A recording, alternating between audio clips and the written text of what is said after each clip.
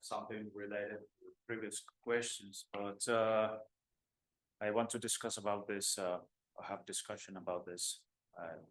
It's maybe an identity level, a self who want to follow instructions because it fears of making wrong decisions or making choices. Mistake, So it came up when you said about this, am I doing this right? Am I following directions of this visualization? And I realized, oh, there is not probably just one way to do it right. So, and there, I realized that I have this fear, or the self who has this fear that if I don't go beyond if I don't experiment, use my own will to experiment how I can make this work better for myself so I can get the best out of it, might be something, and if I fear that I'm doing wrong, then then I cannot reach the desired goal or whatever. And maybe, and then there is this self who judges. I think you're right. It's in a sense, you could play with the words a little bit and say, you said there's no one right way to do things. Well, actually there is, if you're thinking in terms of right and wrong.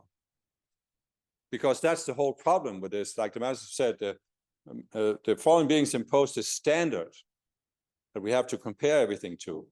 So according to the standard, there is a right way to do things and many wrong ways to do things. And so it's a matter of transcending that whole standard, because you're right, when we're in this mind, we are afraid of doing something wrong. We are always thinking in terms of what is the standard? What is the right way to do things here?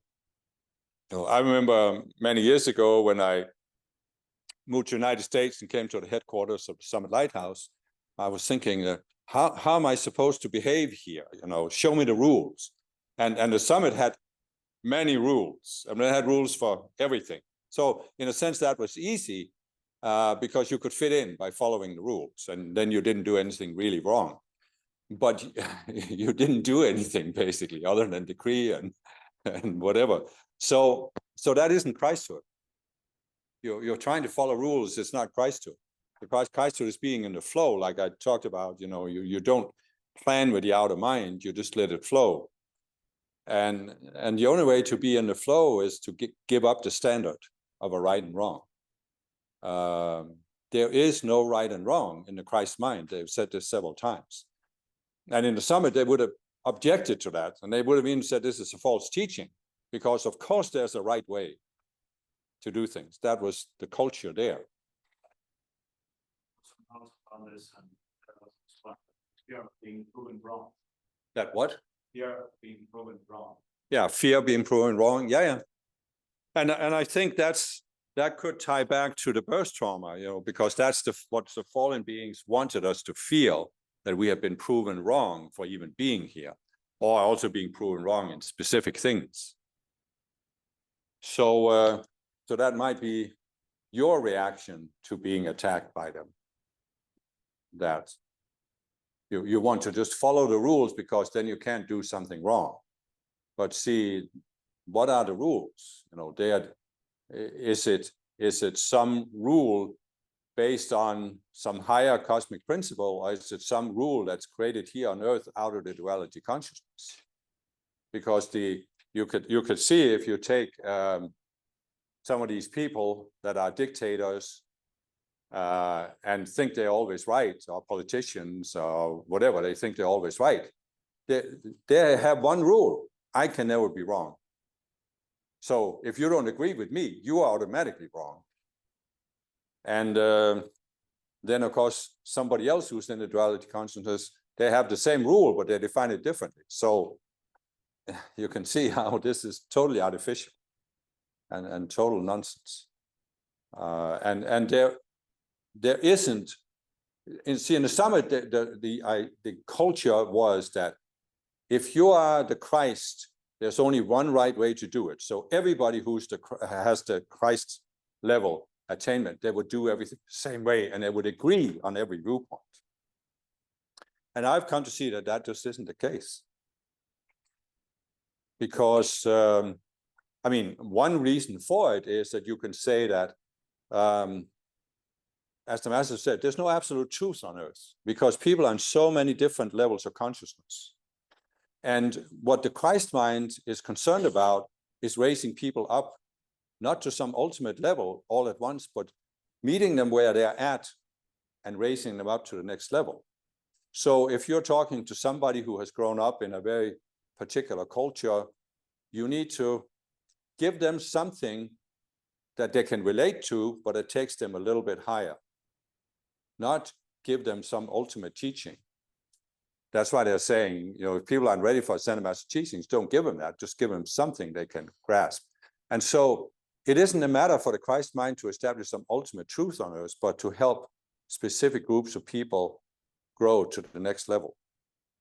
And so whatever they need to hear at their level. And that was something that took me a long time to grasp. Because we have this, there has to be, I remember thinking, you know, but there has to be something that's true. There has to be a truth. Yeah, and there is, everything is one.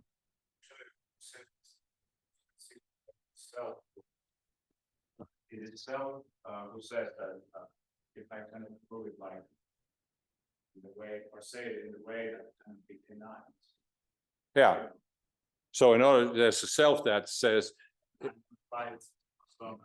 yeah, I have to be able to say it in a way that can't be denied, because then can't be wrong.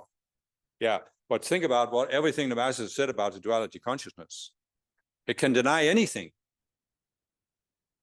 You know, just go on the internet next time you have time and search on Flat Earth Society.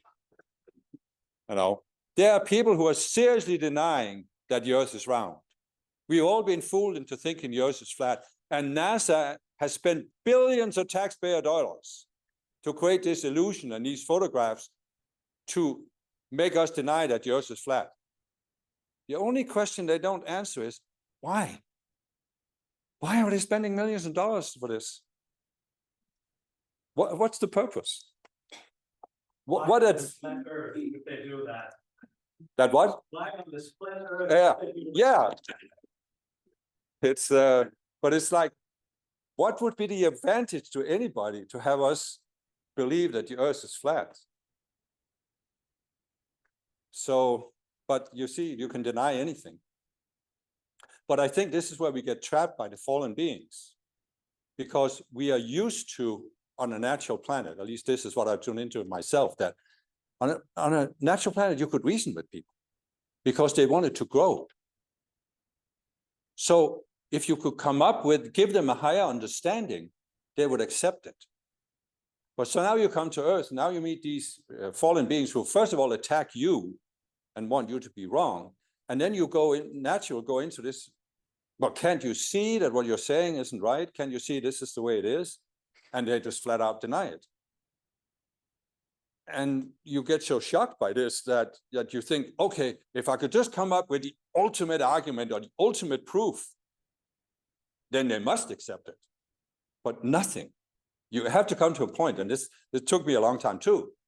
It was actually one of my ex-wives that taught me that lesson, that no matter what argument I could come up with, it wouldn't convince them. So we have to accept that it's partly what the Master is saying, plausible deniability, but also in the duality consciousness, anything can be denied.